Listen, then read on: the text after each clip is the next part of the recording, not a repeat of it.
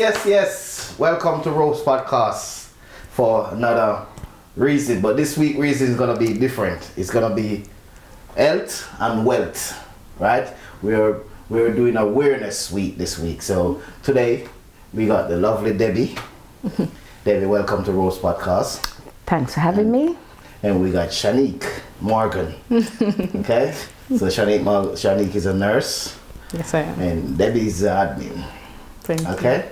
So Debbie's a man. welcome again everyone to Rose Podcast. And this week podcast is sponsored by Culture Clutch. Anything you want, she have it. Support. And people, we're telling you this now. It's time for black people to level up. It's time for we to support each other. Buy into us and we buy into you. Right? Okay? Okay. Debbie, how is everything with you? So far, everything is good. We have life, Can see be that. COVID, be depression, have the kids them, everybody growing up and loving and Shiloh and King, my grandchildren them. So, as you said, health is what we're here about. Okay, I like the look of you though. I like the way your skin does glow. Because I've stopped eating meat. Wow. I've stopped eating meat since March. I was going to do it for March Madness, but then I realized there's a lot of health benefits. So I continue not eating meat, and it's working for me so far. Yeah. Okay, that's good. That's brilliant. Shanique, what about you? Introduce yourself to us. Okay, so my name is Shanique, as you've mentioned. I am a registered nurse, a mother and a wife. So I'm quite busy. Okay, let's get into your work field a little bit. You're a registered nurse, so you're supposed to be dealing with a lot of COVID, right? So I just want you to explain to us what is COVID and how real, because there's a lot of people out there still don't believe the realness of COVID. So can you elaborate for us? Okay, so so my background as a nurse is I work in an emergency and trauma. So I work in accident and emergency. So anything that goes into the hospital comes to me first.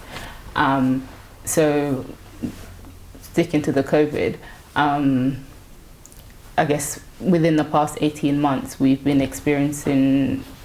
very busy within the service where we have more patients coming in than we do the numbers of nurses that can manage those patients. And a lot of what's coming in is COVID related, or shall I say people coming in with suspected cases of COVID, because until they're formally diagnosed with COVID via running tests and investigations, then we can't say people have COVID. But after running those tests and people being confirmed as COVID, it's a difficult case to manage, because a lot of the times when people come to us sick with COVID, it's after they've been sick for a while. And so we have a thing that we call sepsis, where when infection takes over your body and goes into your bloodstream, it starts to deplete your immune system, so your immune response isn't as it would be with a normal, say, cold or flu. So, for instance, COVID affects the lungs, and people come in with shortness of breath. They're basically struggling to breathe, and obviously, your lungs play a big part in how oxygenated your other organs in your body are. So if your lungs is not working properly, then your blood is not carrying around enough oxygen to maintain your other organs. So we find people when they come in late stages, so your lungs is already depleted, and people suffer a lot with their kidneys as well, so they're not passing urine as they become very dehydrated, so their kidneys suffer. So not only are we treating people for their lungs, we have to treat for a wide variety of stuff. We're trying to resuscitate people, and by resuscitating people, we have to administer medications, say antibiotics, give them fluids to try and keep them hydrated so that they their blood volume is able to circulate in their body as it should do, to keep the organs such as the kidneys hydrated, so that, because if the kidneys fail, then it affects many of the other organs in your body, like your heart. And if your heart's not functioning, obviously we know if your heart's not functioning properly, it can lead to damage to the muscles, to the tissues, and can lead to cardiac arrest.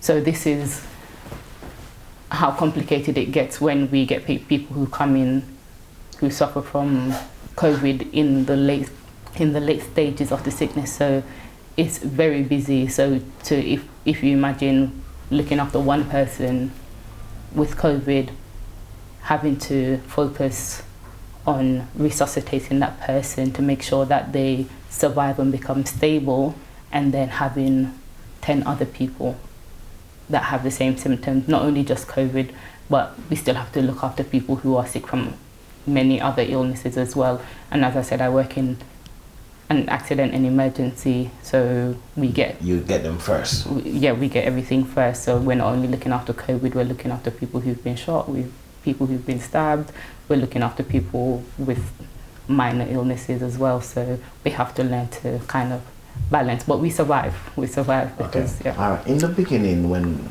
most people, politicians, nurse, doctors, didn't know what they was really up against, how did it make you feel knowing that you got 2 young child and a husband going home too? I think for me, you're naturally cautious about how you expose yourself. But lucky for me, I work in a hospital where they try to put all the personal protective equipment in place, so making sure they fit test us, and making sure that we have the appropriate masks to wear, so when we're working with COVID patients, we're not exposing ourselves. And so knowing that they're offering us that kind of protection kind of helps to relieve some of the kind of anxieties that we have. And also you have to, I guess, it's difficult because you have to maintain what you go into your job to do. You go into your job to look after people. So even though you're anxious yourself, you have to kind of try and put your anxieties aside and put your job kind of first in that moment. Yeah. Okay, so did they give you counseling or anything like that? Because it must be really hard seeing people jumping left, right, and center around you, and you want to do more, but you yourself don't even know what you're up against. But till you start to learn more and start to study the patient more and more, and you know how to cope with it, and so now it's kind of more better, even though people maybe still die. Yeah. So what we do at work, in terms of when things become difficult, we have a thing called debrief. So that's where us as a team, after, say for instance, if we've had someone who's died and it affects us because we're human, we take time out to have a debrief, so to make sure everyone's all right, to see how badly it's affected the individuals that were involved, and offering people a chance to kind of take a step away from the shop floor, shall I say, and kind of you know, bring this relax a little bit. Yeah, so we initially started through the pandemic by doing a lot of debriefs, and then as we went on, we had services come in that were offering us kind of mental health kind of support. Yeah, but just imagine, it will affect your mental health. Yeah, it does. Yeah, it does. COVID itself affect you. Yeah, even me don't work in that department and just listening and hearing about it affect my mental health. Yeah. So I just imagine you seeing it every day. But you know what? You're my big hero. You understand? Everyone who work in the NHS.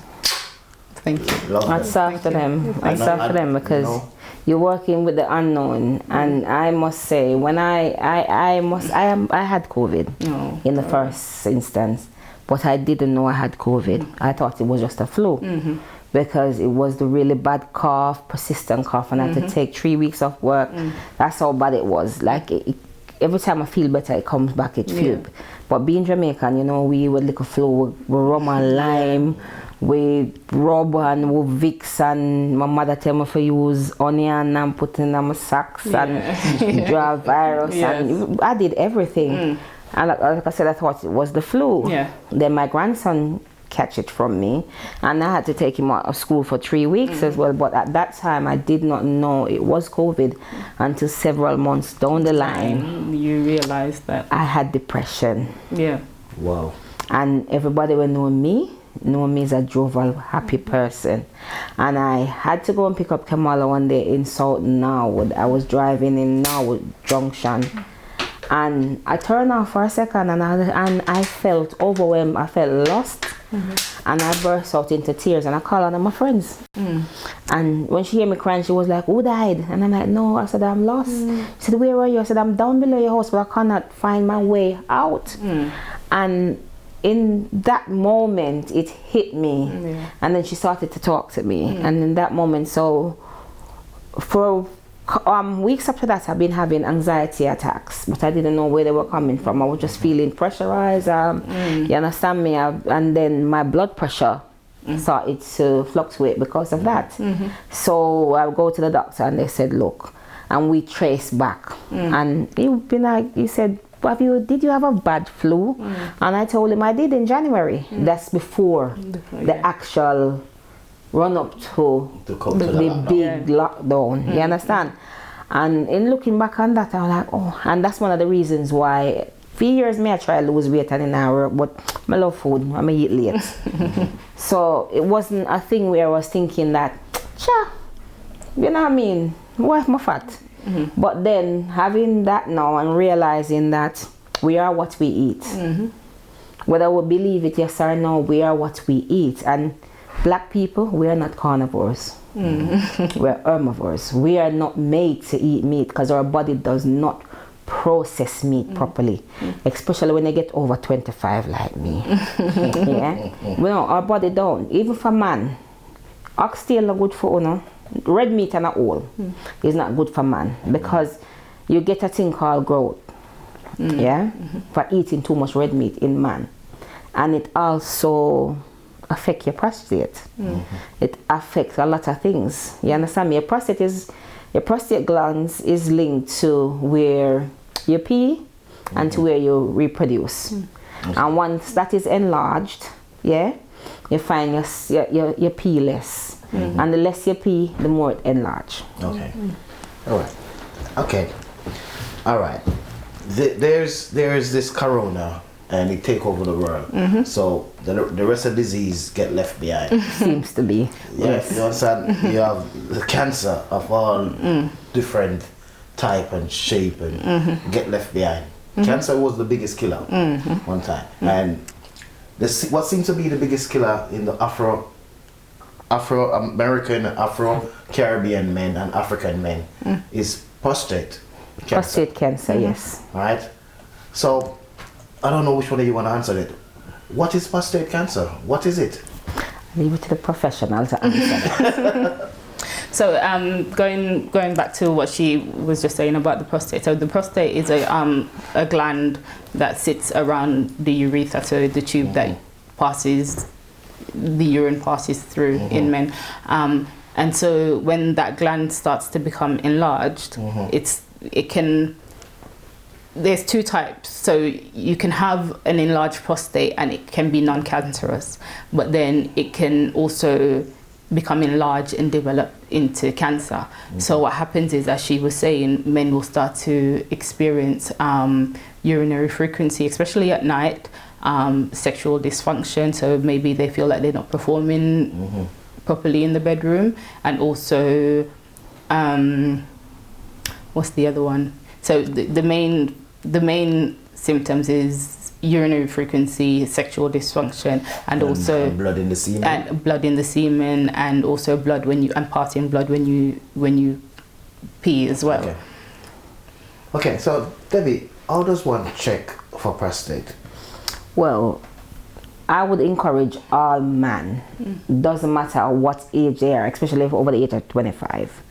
to get to know themselves, basically, and to also basically know how much time you go to toilet, how much time you pee. Know if when you're peeing, if it's difficulty, if you have any, you're just peeing a little bit, you're just trickling, even though especially if you drink a lot. You understand me? So that's one. Number two is if you have any symptom, meaning you see blood. Anytime you see blood from anywhere, check. Doesn't matter. If you brush your teeth, you see blood, check. If you pee, you see blood, check. If you pass stool, you see blood, check. Doesn't matter. Unless you got a cut, always check when your body, because that's your body telling you something.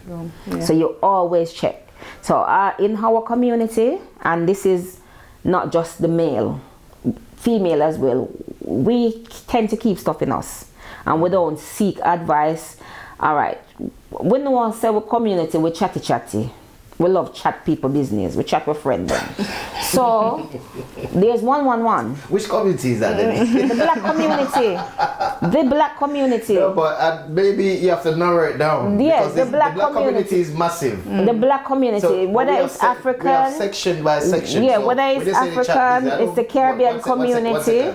I don't believe that every black people chat people business. No, because and we have every lots black of, people. We have lots of professional people what don't even care what's happening on the internet or... No, that's why I said friends. I said friends, yeah? So I would suggest if you go to the toilet and you see blood, call 111. Because you don't know who's at the other end of the phone. They're not going to ask you your personal business. They're going to ask you your age. Yes, they're going to ask you how you feel, what's your symptoms. Then they're going to have a registered nurse call you back, which is a triage nurse. And then they will advise you from there. Go and see your GP, and then your GP will refer you to a specialist. You understand? So for me, like I said, my life changed a couple of years ago, where I was always on the go. And I had a lot of stress. And I've never heard about this before, but you know what happened to me? Research, stress bring it down as well. Stress bring down, fibroid erupted inside of me. Yes, and I didn't know that could have happened. I didn't even know I had fibroid. We're going to have a next program on fibroids. So we definitely have to have a next program. We do have to have another program on that as well. Because one second, Debbie, what we're trying to do, we're trying to have awareness. We should be. You understand? For our community, for our men to go out there and check themselves. Okay, continue, Debbie. Not only for just prostate cancer, not only for enlarged prostate as well, yeah?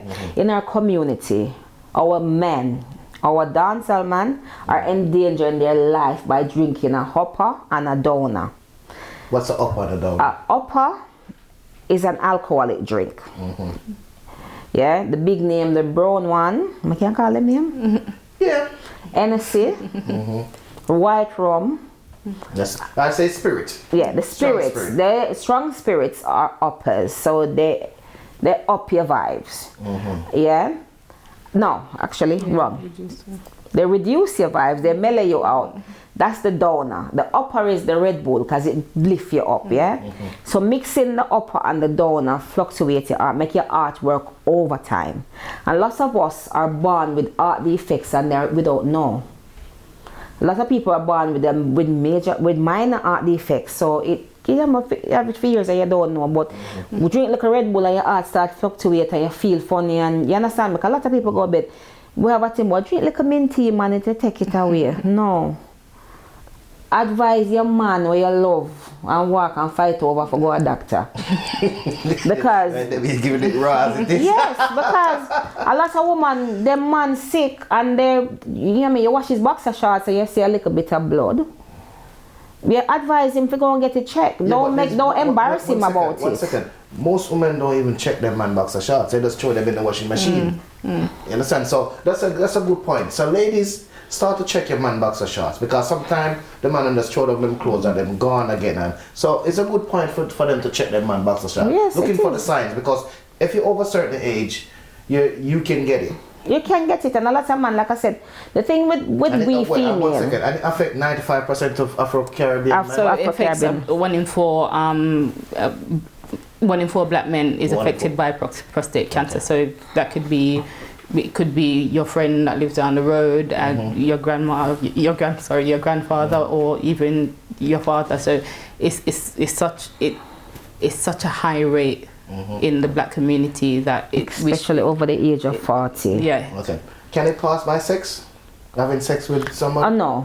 Okay. The more sex you have, it's for your prostate. Like you hold back that. Because I don't want people in man to start saying, I tell them to give them more bone. But the more sex you have, the more your prostate glands is used. So you understand it's me? cleaned. Yes. Yeah. And as a person who I've driven for many number of years, and then now my car and I work, so I now drive, and that's how I realized how unfit I am. Because we that drive just go in the car and we don't do nothing else. But I would advise everybody, don't take it as a family time, because now with COVID and we see how the world change, we need to now start to bring our families together, start to educate our children about certain things. Especially I'm a teenage mom with a teenage boy that I have to be holding closer to me, even though I previously grew 2 adult sons that I did not have what's happening now with our black community boys.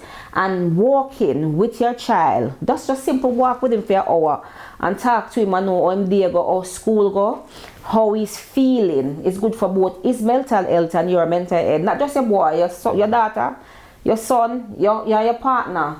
I would advise everybody to walk at least an hour per day. If it's half an hour before bed and half an hour as you get up, walk. Okay. All right. Shanique, what's the main cause of prostate cancer? So there's a lot of research in prostate cancer, and some people develop cancer because it's hereditary. So maybe it's passed down through the line. It's in their genes. In their DNA. Yeah, and then it could also be unhealthy lifestyle as well. So it's like a man abuses his body. Then that's like what they be saying. Too much. Yeah. So not caring for your body how you should. But when it's important, I think, for men to know that if you have a family history of any cancers at all, is to get checked if you start to have symptoms, as Debbie was saying. So for instance, if you realize you're passing urine too much, is to get checked. But I think one of the things that affects our black men is the way in which the investigation to find out whether they have an enlarged prostate is carried out.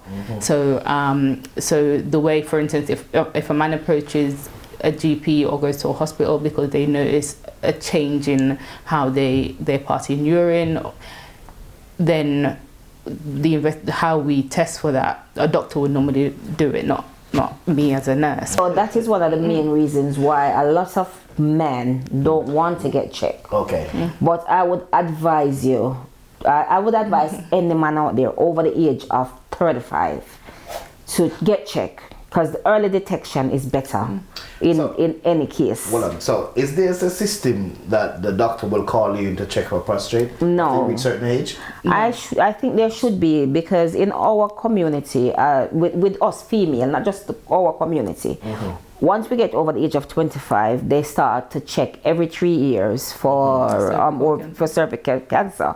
So we have a pap smear, which, as you know, is highlighted and well publicized. And I think that there should be something done for the man them just as well. Okay, so is it political then? Because if it affects mostly African and Afro-Caribbean men, so is it a case because it's not affecting too many white people, it's down to you to look after yourself? I don't think it's political. In my view, I don't think it's political. I don't know if it's your view, but in my view, I think not all men, all culture, all creed, are not outspoken when it comes to their body. And that's on a general platform. All across the board, whether black, brown, white or mutual, they don't like going to doctor, they don't like speaking about things.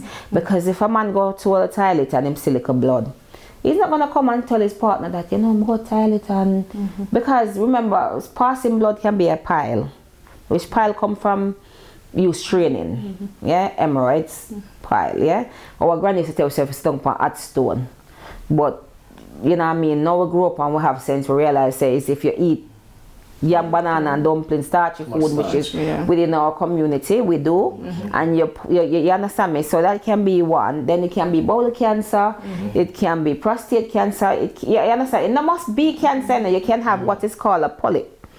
Which sometimes in your intestines you have some little things, cyst that goes in your intestines, and you come past one that's easily treated. You can have a hernia which within your intestine as well, which is a little rip, and that's in your intestine, and it's sort of enlarged over time. You understand me? So sometimes when you're feeling heartburn, because like I said to you,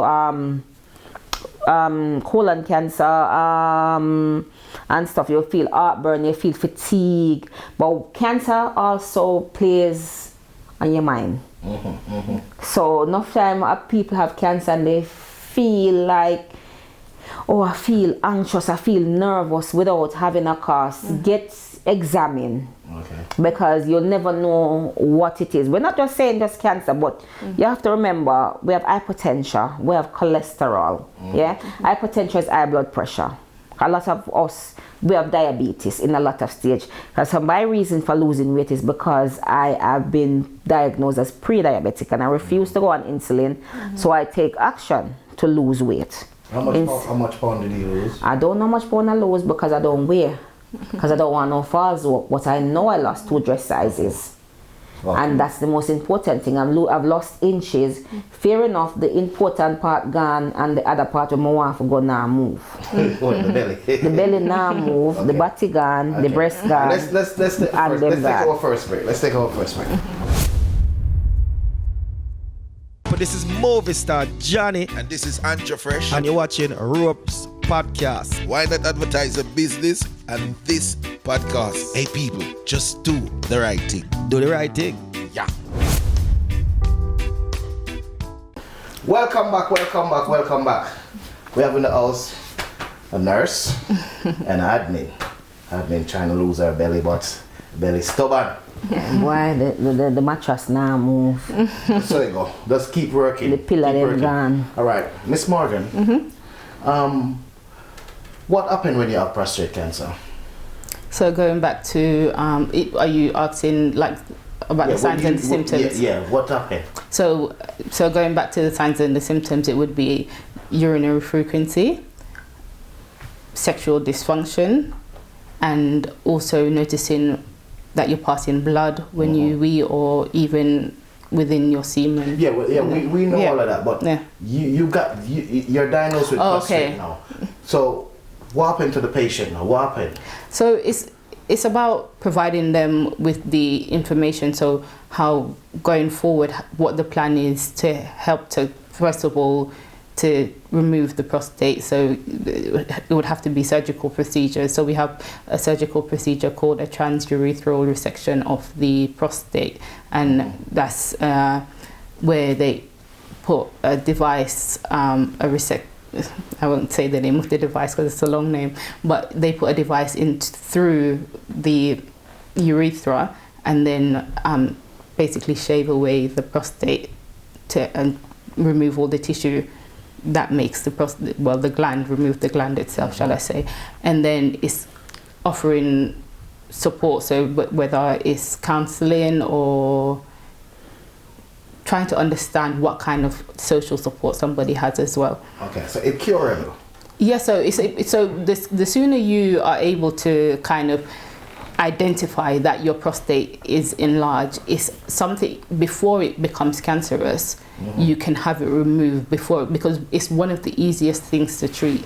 If when you notice the signs and the symptoms, you approach a healthcare professional and seek assistance for it. So before it even goes into cancer, you can avoid that, because as I said, it's one of the easiest things to treat. And if somebody finds out that they have cancer of their prostate, it can be removed, because if you leave it for a long time, then that's when the cancer starts to spread to other organs, and then that's when where it's deadly. that's when it becomes deadly. Cancer is not a deadly virus. It's not a deadly disease until it actually spreads to your bone, it spreads to your liver, it spreads to your lungs. You understand? Because you can have cancer and get treated, and like we said, it's lifestyle. Yeah. Because the stuff we eat, and I'm not telling anybody to not eat meat. I don't, because I still love pork goat and I still love oxtail. I just don't cook it no more.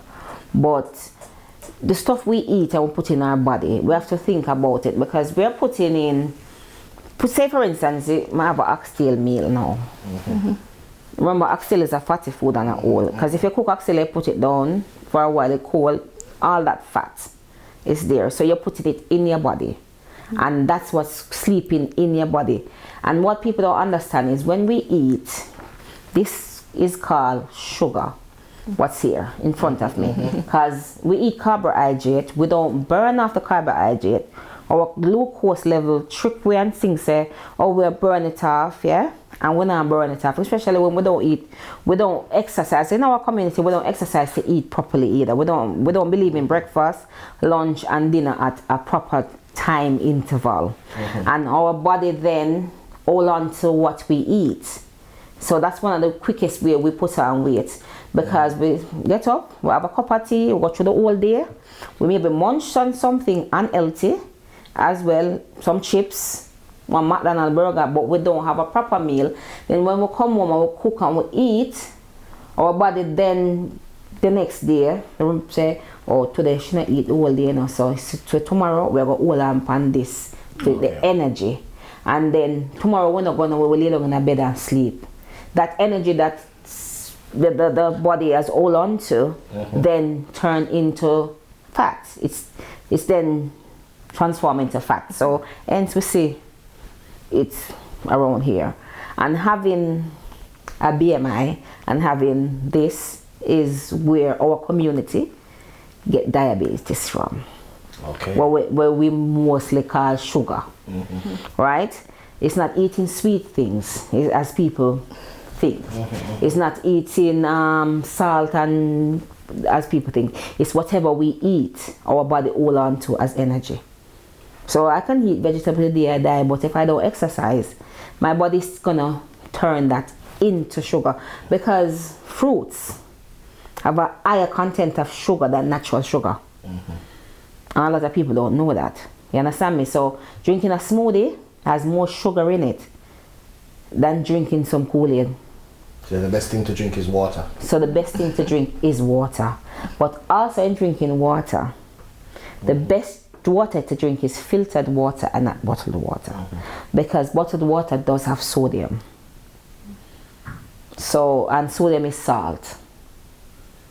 That's another thing that's bad for our community as well, because that bring on hypertension, high blood pressure. You know, it's very nice hearing from you, Debbie, because you're trying to lose weight. So it's hearing it from you is more believable. You understand? Because you know the damage what you've done to your body over the years. So when you come on this podcast and telling people this, to look after yourself, because you've been there. I've been there. And you're trying to change the whole dynamic of, and also in changing the whole dynamic of my body is also because I've got my children that I need them to see that this is the way we're going. You understand me? And I've got my grandchildren and I need to make them know and be aware of this is the way you should eat. So it's not me just putting a plate of rice and chicken in front of you. So and who blame for that? Grandma? Well, they didn't know better. To be honest, I blame our upbringing, because remember, you have to understand, so we come from a place where we weren't allowed, our forefathers weren't allowed meat until special occasions. Yeah?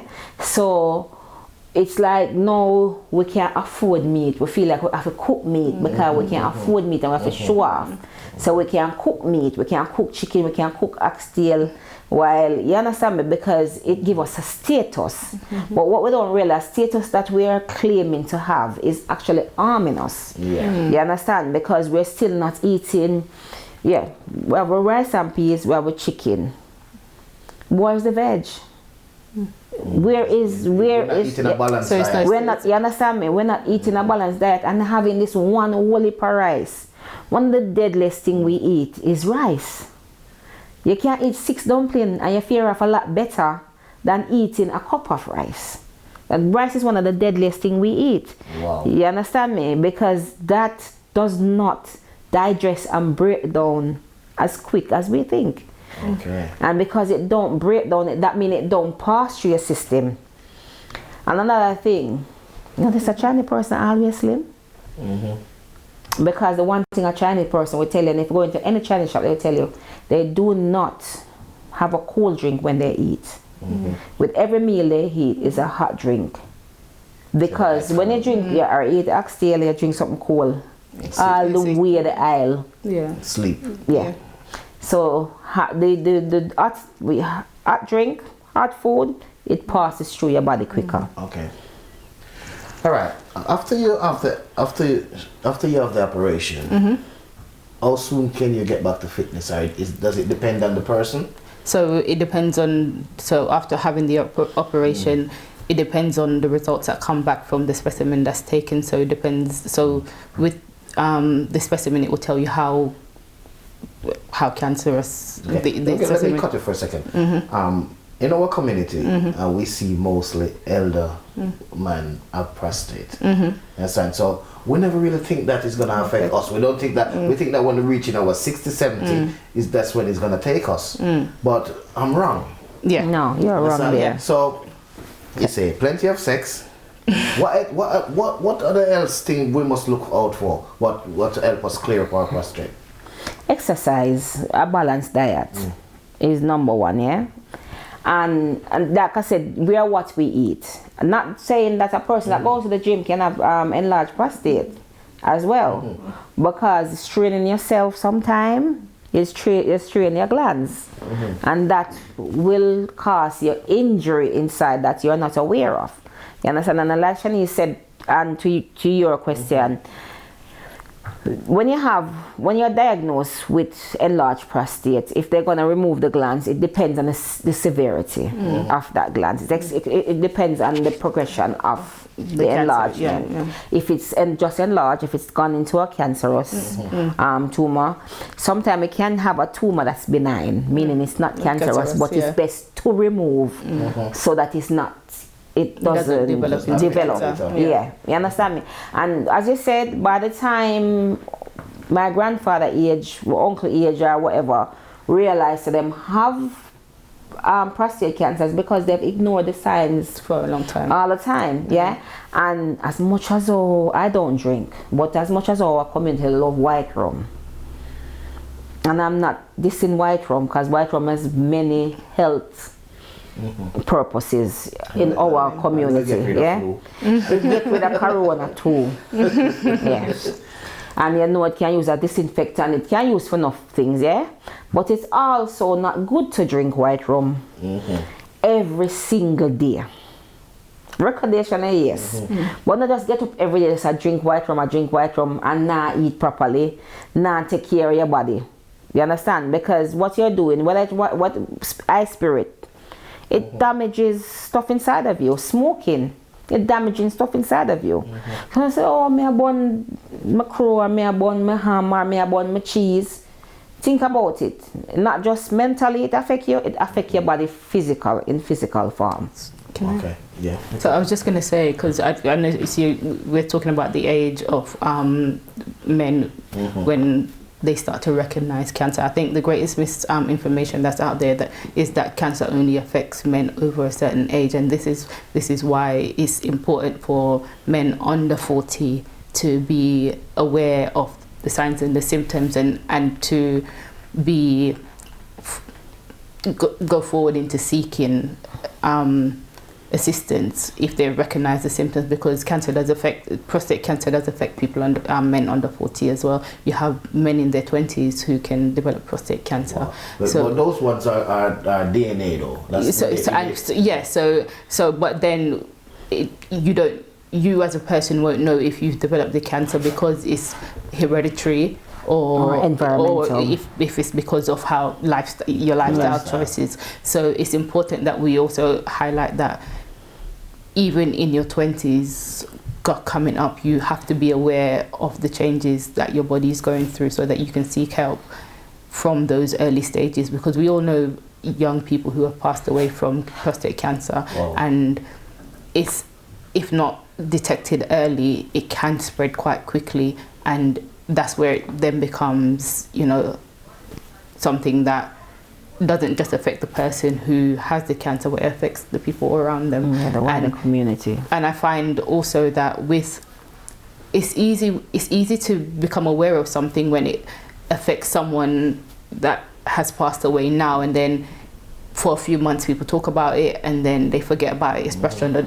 the carpet again. And I think people have to start taking the initiative to seek the information that's out there, to become aware of what's going on with their body. So again, men in your 20s and coming up, it doesn't only affect men over their 40s, so they have to start looking after themselves and start understanding their body.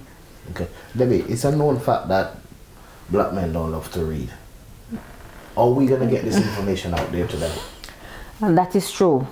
And this is not dissing no one when we say black man don't love to read, because me and Ropes get educated in the United Kingdom, and we're Jamaicans. We come here with a good education because Jamaica's educational system is one of the most first class educational system in the world.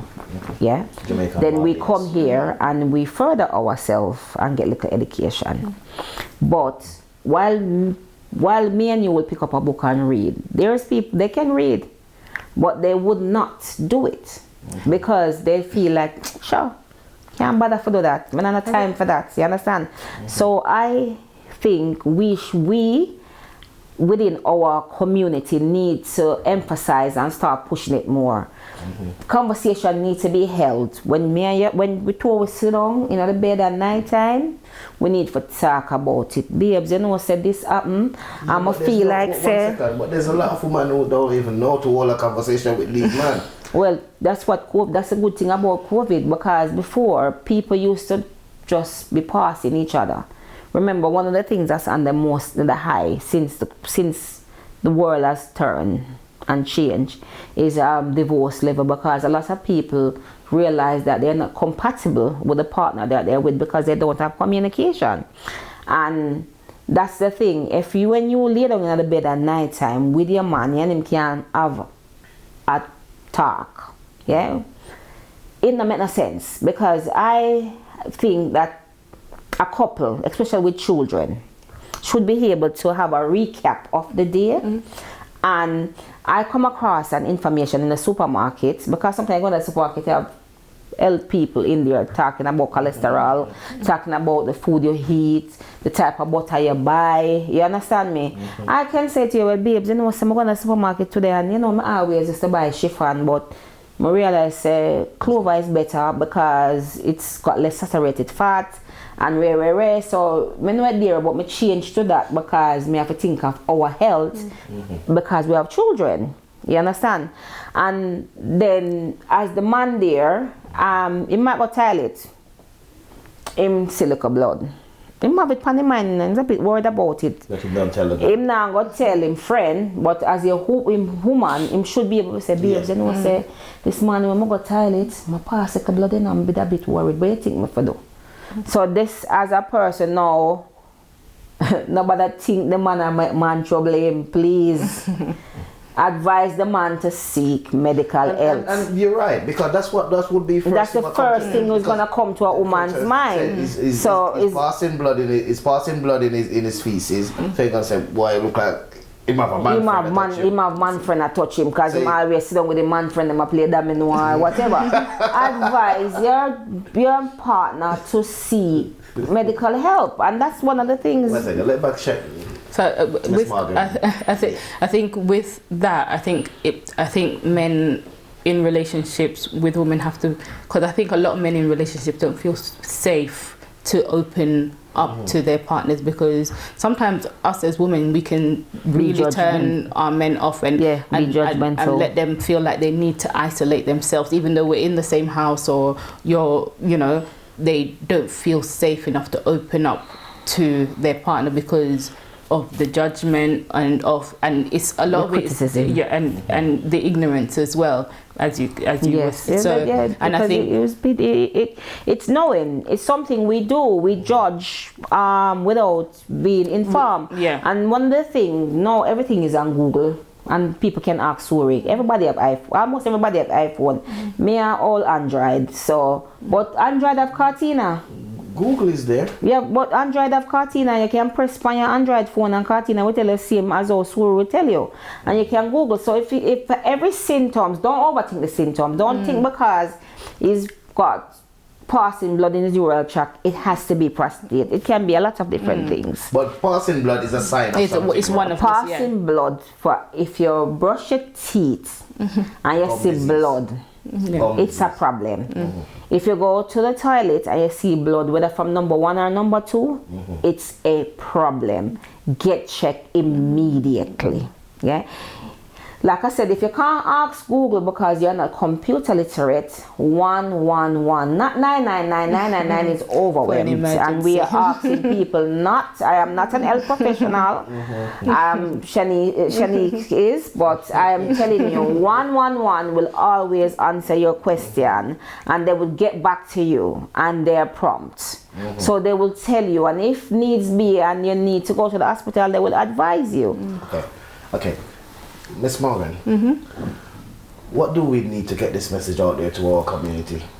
I think we need a lot of health promotion within our community. So in terms of prostate cancer, I think so maybe we can start off by developing groups where a lot of men could attend and have people come in to educate them about their health, which is inclusive of the prostate cancer. And also it's also because we have social media is everywhere, so it's also about sharing the information, because as much as you might think if you share something on social media no one's looking at it, people look and they look bad. Because I put loads of stuff on social media and I don't see the likes going up, but if I put a party there, I see within minutes I see 500 people like it. So we are liking the wrong things then. So controversy sells. Yeah. So one of the things that we need to do is to, it's just as though what parents give a vegetable when we look a bit,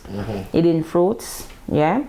Because not for when I like certain things, and my parents have to find a way for hide it in a food giveaway. It's the same measures we will have to use now, because not only that a lot of men can't read. I say so, sorry. Well, if they can't read, they can listen. Yeah, you understand me? They can't read, but you understand? So in broadcasts, because we broadcast a lot of flyers for party, we need to start dropping some health messages that's true. within that. You understand me? Because there's a lot of things that are, alright then, take a lot of man, them lose them here. Yeah, and nah, no, I'm not trying to what point you, but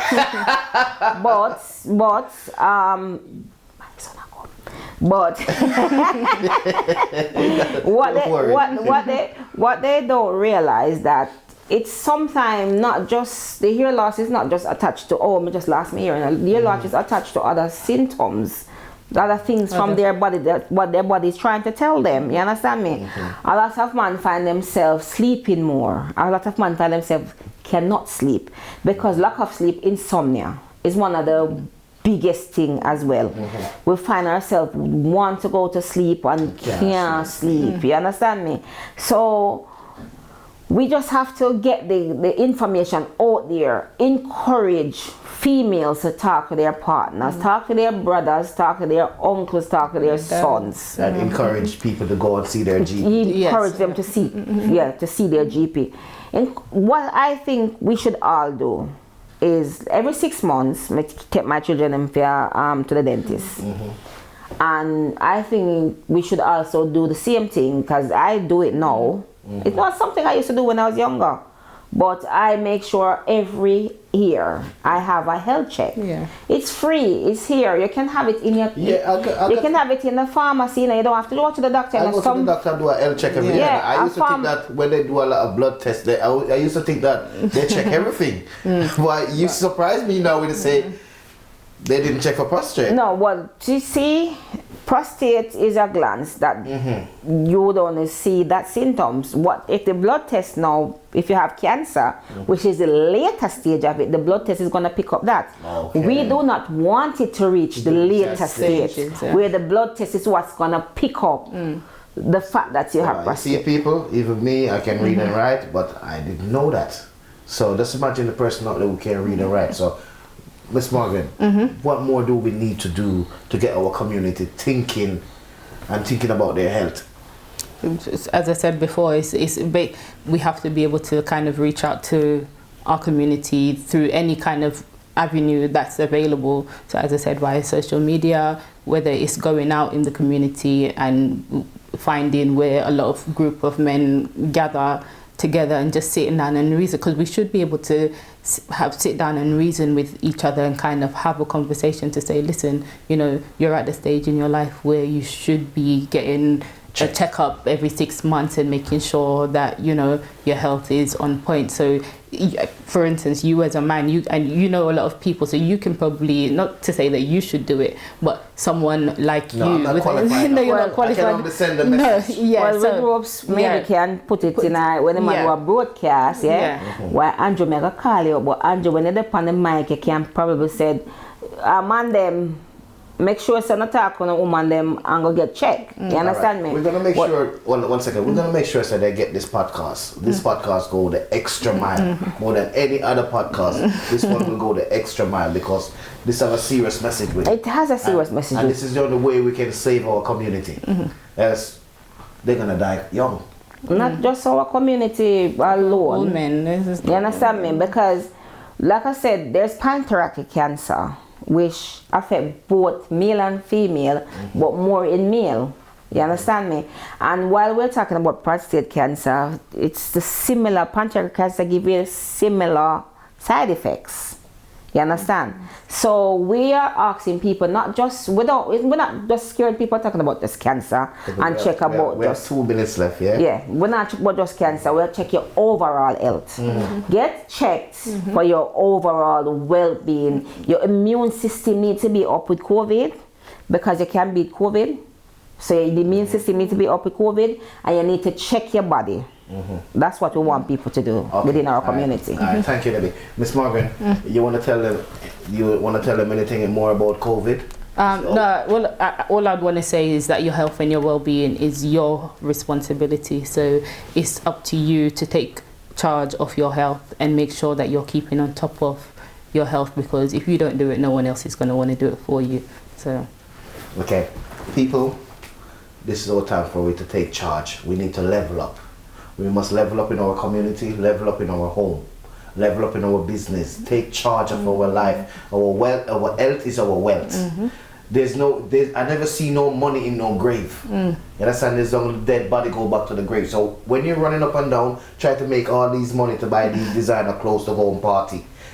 You're only gonna wear one suit of clothes in that grave. You understand? Your suitcase is not coming to the grave with you. So you know what? If you want to enjoy those designer clothes, look after your health. Please go and see your doctor. All right? Thank you. okay.